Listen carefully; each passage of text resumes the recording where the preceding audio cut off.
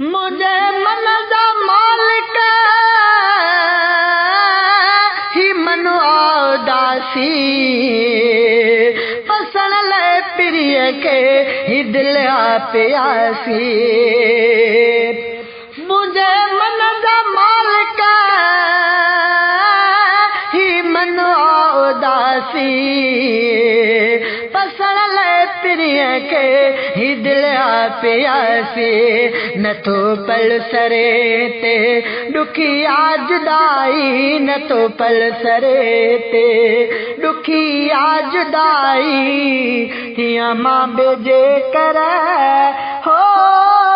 मदीने दे राही मदीने जी मन में महबत समाई तिया मां बेजे कर